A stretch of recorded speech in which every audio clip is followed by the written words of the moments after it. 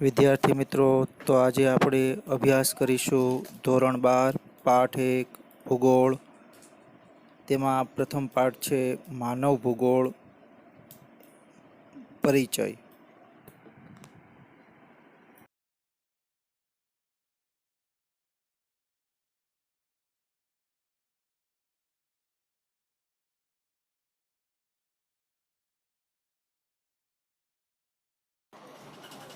વિદ્યાર્થી મિત્રો, તો ધોરણ 11માં ભૌતિક ભૂગોળના વિષયમાં તમે વિસ્તૃત જાણકારી પ્રાપ્ત કરી છે. ભૂગોળ એ ખૂબ જ ઉપયોગી અને અત્યંત રસપ્રદ વિષય છે. કોઈ પણ માનવીને ભૂગોળ વિશે જાણવાની ઉત્કંઠા રહેલી હોય છે. તે તમને અવશ્ય સમજાયું છે. આપણે ધોરણ 11માં ભૂગોળનો પરિચય મેળવ્યો હતો. ધોરણ 12માં આપણે માનવ ભૂગોળનો પરિચય પ્રાપ્ત કરવાના છીએ. તો થોડો વિદ્યાર્થી મિત્રો, આપણે ધોરણ 11મીમાં ભણેલા ભૌતિક ભૂગોળના વિષય તરીકે અને ભૂગોળ વિશે થોડી આપણે ચર્ચા કરી લઈએ, જેથી આપણને ફરીથી એ તાજું થઈ જાય અને ભણવામાં અથવા માનવ ભૂગોળ એક પરિચય તરીકેમાં આપણને વ્યવસ્થિત જ્ઞાન મળી રહે. વિદ્યાર્થી મિત્રો, ભૂગોળ એ ખૂબ જ મજાનો વિષય છે. ભૂગોળ સાથે વિજ્ઞાનનો અનુબંધ રહેલો છે. અનુબંધ એટલે કે ગાઢ સંબંધ રહેલો છે. ભૂગોળમાં આપણે પૃથ્વીનું વાતાવરણ, મૃદાવરણ એટલે કે ઘનાવરણ, સંશોધનો, જલાવરણ, માનવી પ્રવૃત્તિઓ અને તેના આંતર સંબંધો વિશે આપણે જાણકારી મેળવી. બધાના મનમાં એક પ્રશ્ન તો અવશ્ય થતો જ હોય છે કે આપણે ભૂગોળ વિશે શા માટે માહિતી મેળવવી જોઈએ. તો ભૂગોળ એ અત્યંત રસપ્રદ વિષય છે. આપણે જોઈએ તો પૃથ્વી મનુષ્ય ઉપરાંત સમગ્ર જીવસૃષ્ટિનું નિવાસ સ્થાન પણ છે. પૃથ્વીનું ભૌતિક સ્વરૂપ સર્વત્ર સમાન નથી. એટલે કે પૃથ્વી ગોળ તો છે, પરંતુ બધી જ જગ્યાએ તેનું ભૌતિક સ્વરૂપ છે તે સમાન નથી. કોઈ જગ્યાએ નદીઓ આવેલી છે, કોઈ જગ્યાએ પહાડો આવેલા છે, કોઈ જગ્યાએ ઉચ્ચ પ્રદેશો આવેલા છે, તેમજ કોઈ જગ્યાએ મેદાની પ્રદેશો પણ આપણને આવેલા જોવા મળે છે. કોઈ જગ્યાએ વધુ ઠંડીનું પ્રમાણ એટલે કે બરફ છવાયેલો જોવા મળે છે, તો કોઈ જગ્યાએ ગરમી બારે માસ જોવા મળે છે, તો કોઈ જગ્યાએ ઠંડી અને ગરમી એવું ઋતુચક્ર પણ વર્ષ દરમિયાન જોવા મળે છે.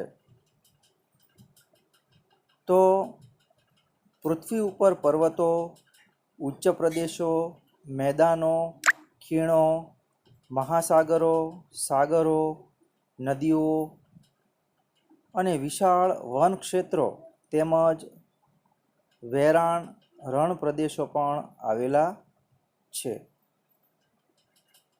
પૃથ્વીના ભૌતિક તત્વની વિવિધતાઓના કારણે આપણે સામાજિક જીવન, આર્થિક જીવન અને સાંસ્કૃતિક જીવનમાં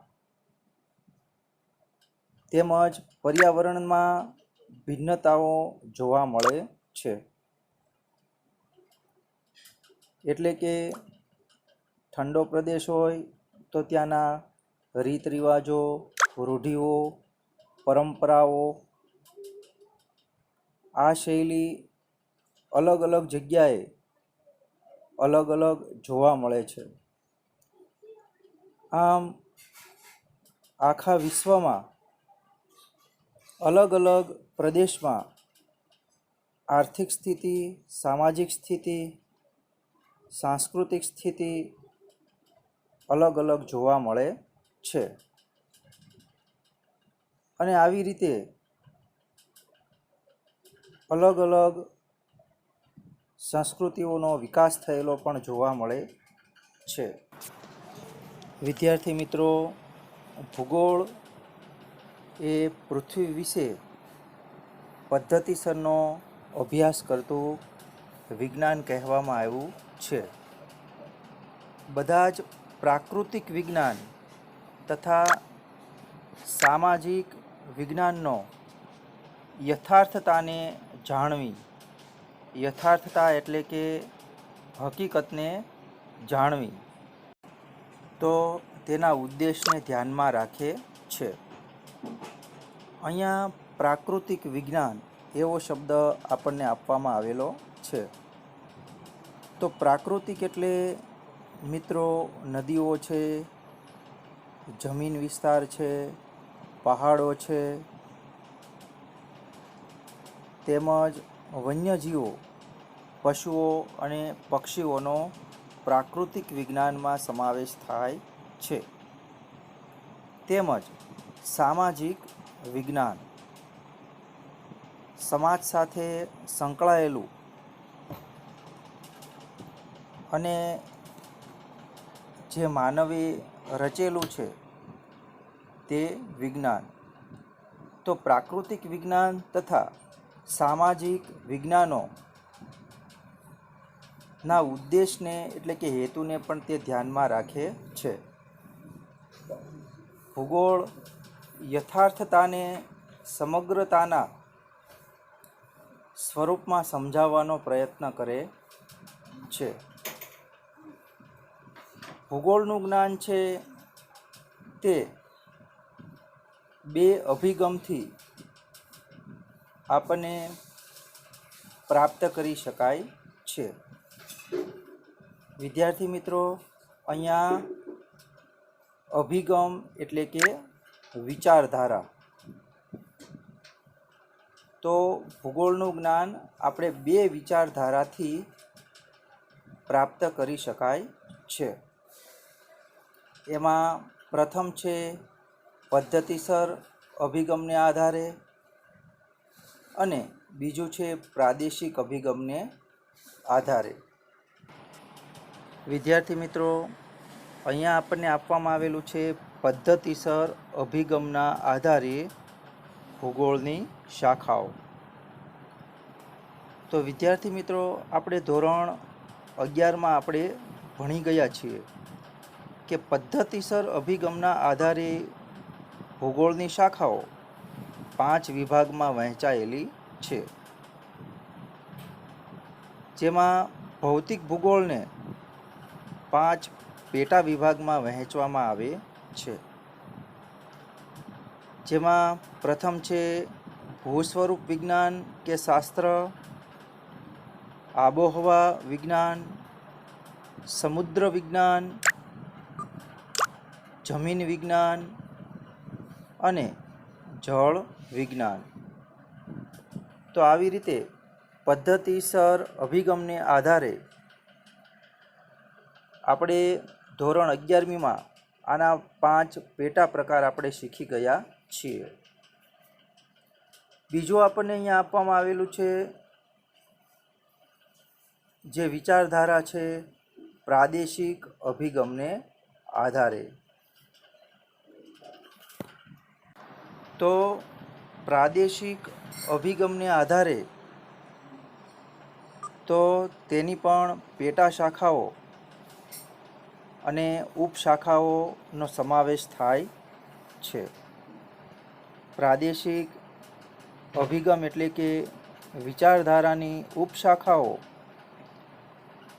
કે પ્રાદેશિક અધ્યયન, પ્રાદેશિક વિશ્લેષણ, પ્રાદેશિક વિકાસ અને પ્રાદેશિક આયોજન.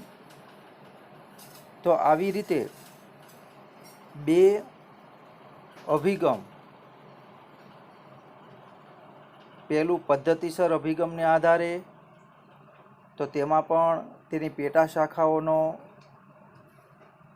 વિકાસ થયેલો જોવા મળે છે, અને પ્રાદેશિક અભિગમને આધારે તો તેની પણ આપણને ઉપશાખાઓ જોવા મળે છે. હવે મિત્રો, આપણને આપવામાં આવેલું છે કે માનવ ભૂગોળ એ પદ્ધતિસર અભિગમની વિષય શાખા છે.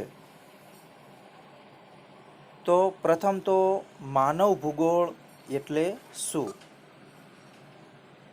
તો આપણે તેનો પણ અભ્યાસ ધોરણ 11મીમાં કરી ચૂક્યા છીએ, છતાં પણ આપણે થોડુંક માનવ ભૂગોળ વિશે જાણીએ કે પ્રકૃતિ અને માનવીના પરસ્પરના સંબંધના કારણે ગામડા છે, કસ્બાઓ છે, શહેરો, દેશ, કારખાના, સડકો, રેલમાર્ગો, રહેઠાણ વગેરેના સાંસ્કૃતિક લક્ષણો કે વિશેષતાઓ તથા તેમના વિતરણનો અભ્યાસ માનવ ભૂગોળમાં થાય છે. ટૂંકમાં માનવ ભૂગોળમાં ગામડાઓ, શહેરો, દેશો, કારખાના, સડક, રેલમાર્ગ, રહેઠાણ અને સંસ્કૃતિ વિશેનો અભ્યાસ માનવ ભૂગોળમાં થાય છે. વિદ્યાર્થી મિત્રો, ફરી જાણી લો કે માનવ ભૂગોળ એટલે શું અને કોનો સમાવેશ થાય છે. જેમાં સાંસ્કૃતિક ભૂગોળ, સામાજિક ભૂગોળ, વસ્તી વિષયક ભૂગોળ, ગ્રામીણ ભૂગોળ, શહેરી ભૂગોળ, આર્થિક ભૂગોળ, ઔદ્યોગિક ભૂગોળ, કૃષિ ભૂગોળ, વ્યાપાર અને પરિવહન ભૂગોળ અને રાજકીય ભૂગોળ વગેરે માનવ ભૂગોળમાં તેનો સમાવેશ થાય છે. તો એવું પણ આપણે કહી શકીએ કે માનવ ભૂગોળની આપણે જે ચર્ચા કરી એ તેની શાખાઓ પણ કહેવાય. માનવ વિકાસને આડે આવતા ભૌગોલિક પરિબળો અને ભૌગોલિક સમસ્યાઓ સમજાવે છે અને તેના વિશે ચર્ચા કરે છે. એટલે એવું પણ આપણે કહી શકીએ કે પ્રવૃત્તિશીલ માનવ અને ગતિમાન પૃથ્વીના પારસ્પરિક બદલાતા સંબંધોનું અધ્યયન એટલે માનવ ભૂગોળ. માણસ છે તે કેવો છે? પ્રવૃત્તિશીલ માનવ, અને ગતિમાન પૃથ્વીના પારસ્પરિક બદલાતા સંબંધોનું અધ્યયન એટલે કે અભ્યાસ, તો તેને આપણે માનવ ભૂગોળ કહીએ છીએ. તો માનવ ભૂગોળ એ પદ્ધતિસર અભિગમ એટલે કે વિચારધારાની વિષય શાખા છે. તેમાં માનવી અને પૃથ્વી વચ્ચે સતત બદલાતા પરિવર્તનશીલ પ્રક્રિયાઓથી જે સાંસ્કૃતિક લાક્ષણિકતાઓ ઉદ્ભવે છે તેનો અભ્યાસ કરવામાં આવે છે. તો વિદ્યાર્થી મિત્રો, કે આવું કહેનાર વિચારધારક, તજજ્ઞ તેમજ નિષ્ણાંત વ્યક્તિ કોણ છે? તો તેનું નામ છે એલન સેમ્પલ. એલન સેમ્પલે એવું કહ્યું છે કે માનવી અને પ્રકૃતિ વચ્ચે સતત પરિવર્તનશીલ પ્રક્રિયાઓથી જે લાક્ષણિકતાઓ ઉદ્ભવે છે તેનો અભ્યાસ આપણે માનવ ભૂગોળમાં કરીએ છીએ, અથવા પ્રવૃત્તિશીલ માનવ અને ગતિમાન પૃથ્વીના પારસ્પરિક બદલાતા સંબંધોનું અધ્યયન એટલે પણ માનવ ભૂગોળ. વિદ્યાર્થી મિત્રો, તો 15મી સદીના ઉત્તરાર્ધથી 18મી સદી સુધીના સમયગાળાને સંશોધન યુગ કહેવામાં આવે છે. એટલે કે 15મી સદીના ઉત્તરાર્ધ એટલે કે શરૂઆતના. વિદ્યાર્થી મિત્રો, અહીંયા આપણને 15મી સદી એટલે કે ઈસવીસન 1400 થશે. ઈસવીસન 1400થી 18મી સદી સુધીના સમયગાળાને એટલે કે ઈસવીસન 1700. તો ઈસવીસન 1400થી ઈસવીસન 1700 એટલે કે 15મી સદીથી 18મી સદી સુધીના સમયગાળાને સંશોધન યુગ કહેવામાં આવે છે. તો આ સમયગાળા દરમિયાન શોધ પ્રવાસો દ્વારા વિશ્વના જુદા જુદા પ્રદેશોની વિસ્તૃત માહિતી એકત્ર કરવામાં આવી. આ સમય દરમિયાન અલગ અલગ દેશ વિદેશની અંદર પ્રવાસો કરવામાં આવ્યા અને જુદા જુદા અલગ અલગ પ્રાદેશિક વિસ્તારમાં જઈને તેની વિગતવાર માહિતી એકત્ર કરવામાં આવી. નકશા નિર્માણ કાર્યનો પણ વિકાસ થયો. એટલે કે 15મી સદીથી 18મી સદી સુધીમાં સંશોધન યુગ શા માટે કહેવાય છે? તો અલગ અલગ પ્રદેશોમાં જઈને શોધખોળ થઈ અને પૃથ્વીના નકશાઓનું પણ કાર્ય કરવામાં આવ્યું. આ નકશા નિર્માણ કાર્યનો વિકાસ થયેલો પણ 15મીથી 18મી સદીમાં જોવા મળે છે. ભૂગોળવિદો એટલે કે ભૂગોળના નિષ્ણાંત વ્યક્તિઓ કે જેને આપણે ભૂગોળ અભિગમ આપનાર કે વિચારધારા આપનાર વ્યક્તિ પણ કહીએ છીએ. તો ભૂગોળવિદોએ પ્રાપ્ત કરેલી માહિતીને વૈજ્ઞાનિક ઢાંચામાં વર્ગીકૃત કરી તેના પરિણામ સ્વરૂપે ભૂગોળ વિષયનો ઉદ્ભવ થયો. એટલે કે ભૂગોળની વિચારધારા રજૂ કરનાર નિષ્ણાંતોએ આ જે અલગ અલગ શોધ પ્રવાસો કર્યા, નકશાઓનો નિર્માણ કરીને તેનો વિકાસ કર્યો, તો તેને એક વ્યવસ્થિત ઢાંચામાં વર્ગીકૃત કરી.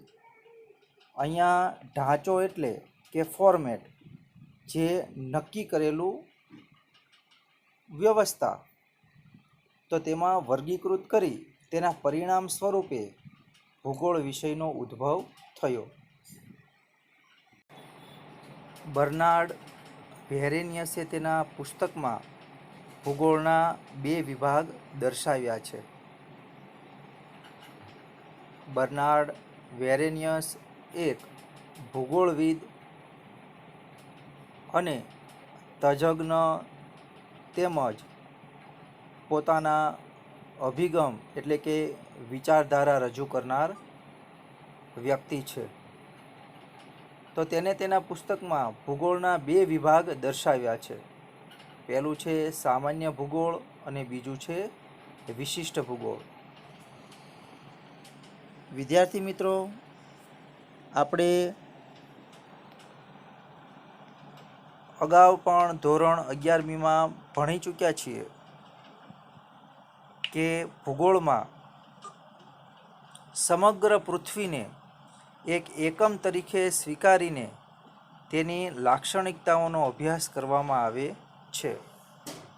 સમગ્ર પૃથ્વીને એક એકમ તરીકે સ્વીકારીને, અહીંયા સમગ્ર પૃથ્વી એટલે આપણે ધોરણ 11મીમાં અભ્યાસ કર્યા એ મુજબ ઐતિહાસિક ભૂગોળ, ઇતિહાસ, રાજકીય ભૂગોળ, રાજનીતિશાસ્ત્ર, વસ્તી ભૂગોળ, અર્થશાસ્ત્ર, સામાજિક ભૂગોળ, સમાજશાસ્ત્ર, ભૌગોલિક ચિંતન, સાંસ્કૃતિક ભૂગોળ, પર્યાવરણ ભૂગોળ, પર્યાવરણ વિજ્ઞાન, માનવ ભૂગોળ, પ્રાણી વિજ્ઞાન અને પ્રાણી ભૂગોળ, વનસ્પતિ વિજ્ઞાન અને વનસ્પતિ ભૂગોળ, તેમજ ભૂવિજ્ઞાન અને ભૂરચનાશાસ્ત્ર, હવામાનશાસ્ત્ર, આબોહવા શાસ્ત્ર,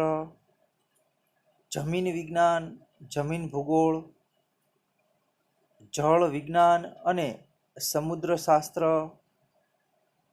આર્થિક અને સંખ્યાત્મક તેમજ રાજકીય ભૂગોળનો પણ સમાવેશ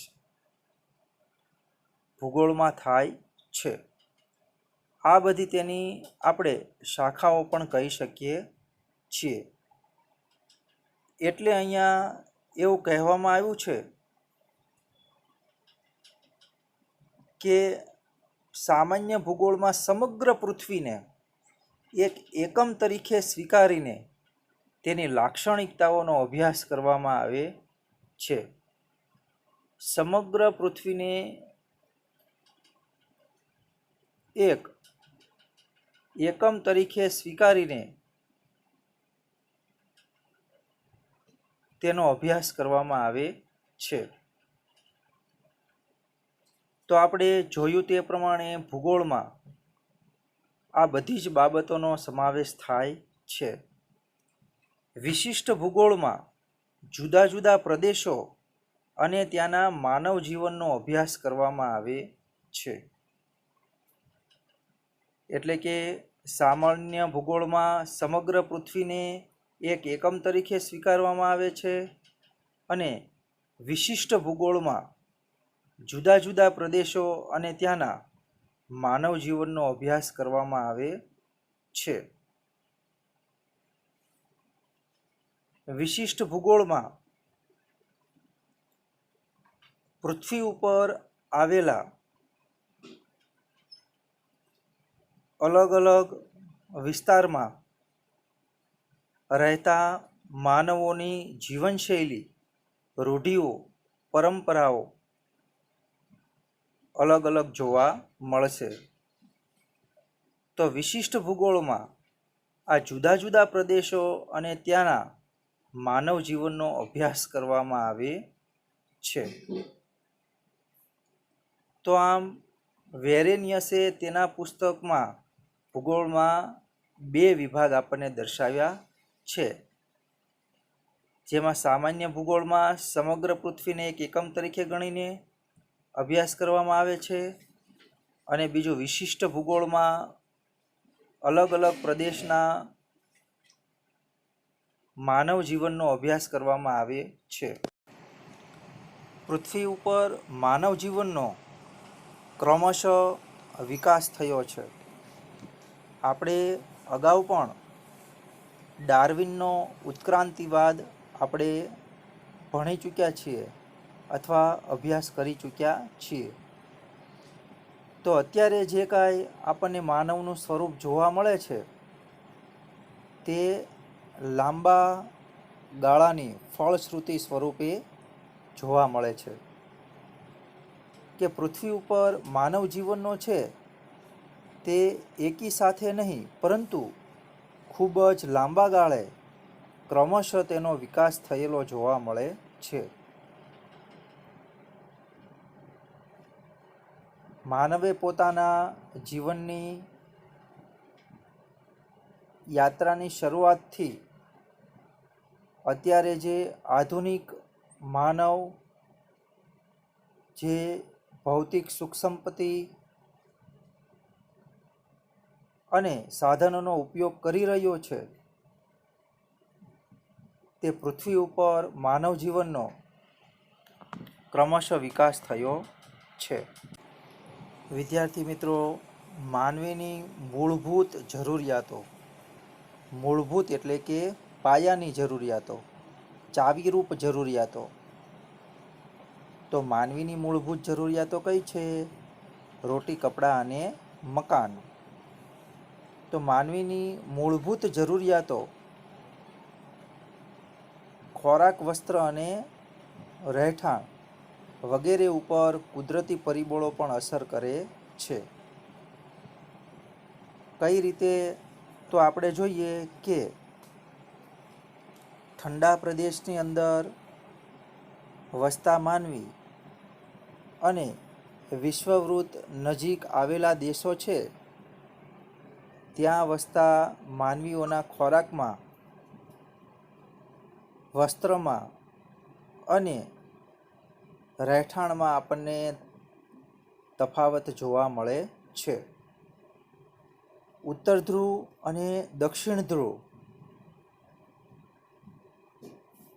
પર આવેલા દેશો અને વિશ્વવૃત્તની નજીક આવેલા દેશો,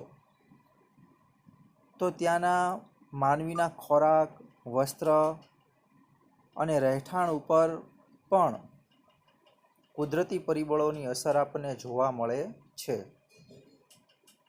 માનવ ભૂગોળમાં માનવી અને કુદરતી પરિબળોની પરસ્પર થતી અસરોનો અભ્યાસ કરવામાં આવે છે.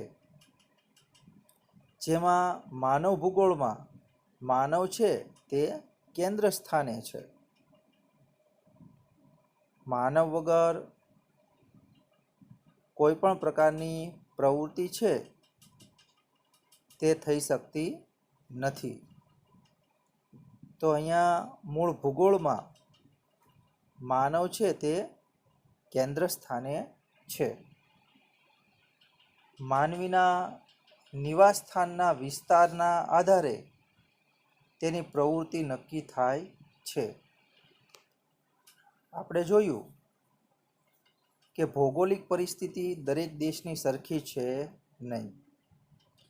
કોઈ જગ્યાએ હિમાચ્છાદિત વિસ્તાર આવેલો છે, કોઈ જગ્યાએ મેદાની પ્રદેશ આવેલો છે, કોઈ જગ્યાએ ઉચ્ચ પ્રદેશ આવેલો છે, કોઈ જગ્યાએ રણ પ્રદેશ આવેલો છે. તો તેના આધારે અથવા નિવાસ સ્થાનના વિસ્તારના આધારે તેની પ્રવૃત્તિઓ નક્કી થાય છે. દાખલા તરીકે મેદાની પ્રદેશ હોય તો વ્યક્તિ ત્યાં સહેલાઈથી ખેડાણ કરીને તે પોતે ખેત પ્રવૃત્તિ કરી શકે છે. પરંતુ આપણે જોઈ શકીએ કે જો ઉચ્ચ પ્રદેશ હોય તો ત્યાં સરળતા રીતે ખેતી થઈ શકતી નથી. પર્વતો અથવા ટેકરીઓ જ્યાં આવેલી હોય ત્યાં સરળ રીતે ખેતી થઈ શકતી નથી. તો આમ મેદાની પ્રદેશમાં વસતા માનવી ખેત પ્રવૃત્તિઓ કરે છે. જંગલમાં નિવાસ કરતા વ્યક્તિઓ છે તે જંગલની પેદાશોનો ઉપયોગ કરે છે. જંગલમાં મળતી પેદાશો, ઔષધિઓ, રાખ, રાળ, ગુંદર, લાકડા વગેરે પેદાશો એકઠી કરે છે. સમુદ્ર કિનારે વસતો વ્યક્તિ છે તે સમુદ્રની સંપત્તિ સાથે સંકળાયેલો જોવા મળે છે. તો કહેવાનો મતલબ છે કે જે વ્યક્તિ જેવી ભૌગોલિક પરિસ્થિતિ સાથે સંકળાયેલો છે તેવી રીતે તેની પ્રવૃત્તિ સાથે તે જોડાયેલો હોય છે અને તે આર્થિક પ્રવૃત્તિ કરતો જોવા મળે છે. ઉચ્ચ પ્રદેશ, મેદાની પ્રદેશ, સમુદ્ર કિનારે વસતા વ્યક્તિઓ અથવા માણસો અને રણ પ્રદેશ સાથે સંકળાયેલા વ્યક્તિઓની પ્રવૃત્તિઓમાં અલગતા જોવા મળે છે. તો આ રીતે માનવી અને પર્યાવરણ વચ્ચેના આંતર સંબંધોથી ઉદ્ભવતી પ્રવૃત્તિઓ દ્વારા ભૂગોળનું અભ્યાસ ક્ષેત્ર તૈયાર થયું છે. વેરેનિયસે આ બાબતને ધ્યાનમાં રાખીને ભૂગોળના વિષય વસ્તુને 3 પેટા વિભાગમાં વર્ગીકૃત કર્યું છે. પહેલું છે ખગોળ વિષયક લાક્ષણિકતાઓ, બીજું છે સ્થળીય લાક્ષણિકતાઓ અને ચોથું છે માનવી લાક્ષણિકતાઓ. તો આમ વેરેનિયસે આ બધી જ બાબતને ભૂગોળના વિષય વસ્તુને 3 વિભાગની અંદર વર્ગીકરણ કરી છે. તો તેનો અભ્યાસ આપણે હવે પછીના લેક્ચરમાં કરીશું. જય હિન્દ, વંદે માતરમ.